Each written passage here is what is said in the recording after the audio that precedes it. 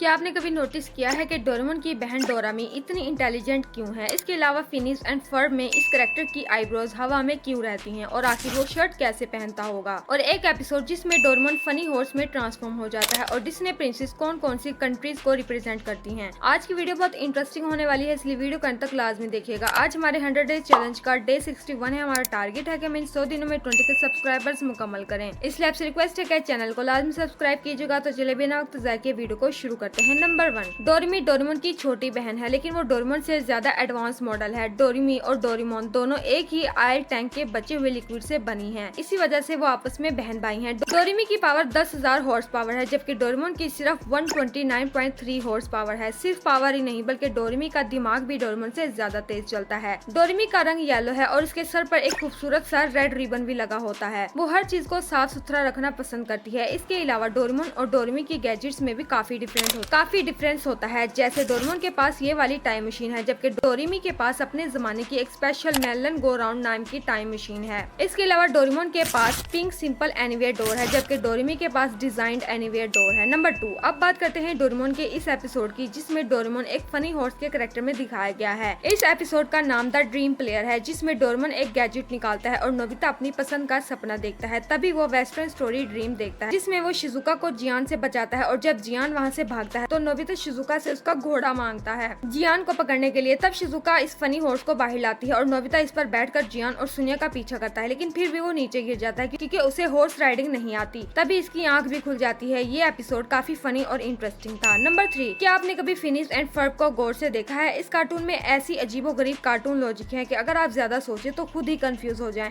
मसलन फिनिस की नाक में नोस्ट्रिल्स प्रॉपर ही नहीं है। इसकी आईब्रोज ऐसे लगती हैं जैसे हवा में फ्लोटिंग हो, लेकिन फिर भी वो बिल्कुल नॉर्मल एक्सप्रेशंस देता है। सबसे फनी बात यह है कि इतने अजीब शेप के बावजूद वो अपनी शर्ट कैसे पहनता है, ये भी कभी प्रॉपर्ली एक्सप्लेन नहीं किया गया। इसके अलावा ये बच्चे हर रोज इतने बड़े बड़े इन्वेंशंस बना लेते हैं और इनकी मॉम को कुछ नजर ही नहीं आता, जबकि अगले दिन सब कुछ ऐसे गायब हो जाता है जैसे कुछ हुआ ही ना हो। यही वो अजीब कार्टून लॉजिक है जो हकीकत में बिल्कुल इम्पॉसिबल है, लेकिन इसी वजह से फिनिस एंड फर्ब इतना एंटरटेनिंग भी लगता है। नंबर 4, अगर आपको डोरेमोन के मिनी डोराज छोटे और क्यूट लगते हैं तो उनके बारे में ये फैक्ट शायद आपको हैरान कर देगा। मिनी डोराज सिर्फ छोटे डोरेमोन नहीं बल्कि वो खुद सोच और महसूस भी कर सकते हैं। ये डोरेमोन के स्पेशल गैजेट्स में शामिल है और डिफरेंट कलर्स जैसे रेड, ग्रीन और येलो में नजर आते हैं। इनकी अपनी एक फनी सी मिनी डोरा लैंग्वेज भी है, जिसमें ये डोरेमोन से बात करते हैं। सबसे इंटरेस्टिंग बात यह है कि ये मिनी डोरा डोरेमोन के हेल्पर्स की तरह काम करते हैं और उसके मैकेनिज्म को रिपेयर में भी मदद कर सकते हैं। यानी साइज में छोटे होने के बावजूद ये सिर्फ देखने के लिए क्यूट रोबोट्स नहीं बल्कि वाकई काम आने वाले नन्हे हेल्पर्स हैं। नंबर 5, डोरेमोन की मूवी नोबिता एंड द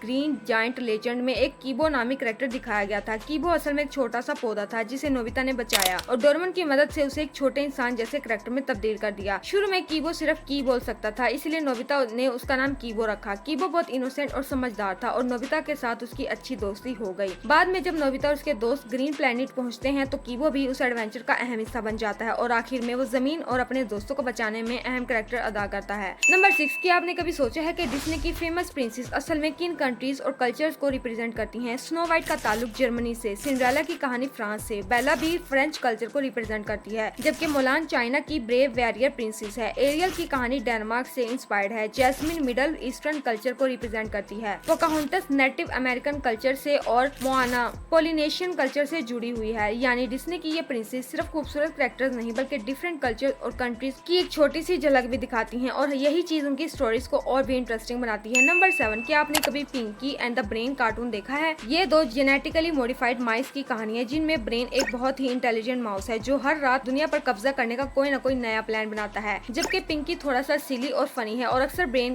का प्लान खराब कर देता है। इस कार्टून की सबसे इंटरेस्टिंग बात यह है कि इसकी कॉमेडी और दोनों कैरेक्टर्स की मुसलसल एक दूसरे के साथ शरारतें आपको टॉम एंड जेरी की याद दिलाती हैं, क्योंकि वहाँ भी कैरेक्टर्स एक दूसरे को तंग करते रहते हैं और हर एपिसोड में कोई न कोई फनी चाउस क्रिएट होता है। बस फर्क ये है कि यहाँ कैट और माउस के बजाय दो माइस ही मेन कैरेक्टर्स हैं। नंबर 8, ओगी के घर का ब्लू और पर्पल थीम सिर्फ खूबसूरती के लिए नहीं रखा गया, बल्कि ये पूरे कार्टून के फनी और स्लाइटली मिस्टीरियस माहौल को मैच करता है। ब्लू रंग घर को काम और कूल फील देता है, जबकि पर्पल उसे थोड़ा सा वेयर्ड, मैजिकल और कार्टूनिश लुक देता है। खास बात यह है कि ओगी का कैरेक्टर खुद भी ब्लू है, इसलिए घर के कलर्स इसकी शख्सियत और अपीयरेंस के साथ एक तरह की विजुअल कनेक्शन बनाते हैं। यही वजह है कि जब ओगी अपने घर में नजर आता है तो पूरा सीन एक ही रंगों की दुनिया का हिस्सा लगता है, जो इस कार्टून को आम घर से ज्यादा यूनिक और इंस्टेंटली रिकॉग्नाइजेबल बनाता है। तो नाजरीन, आज की वीडियो में बस इतना ही। मजीद इस तरह की अमेजिंग वीडियोस के लिए हमारे चैनल को सब्सक्राइब करें और साथ ही बेल आइकन को भी क्लिक करें ताकि हमारी आने वाली वीडियो की नोटिफिकेशन सबसे पहले आपके पास आए। और आपका कौन सा फैक्ट सबसे ज्यादा इंटरेस्टिंग और शॉकिंग लगा कमेंट सेक्शन में लाजमी बताइएगा।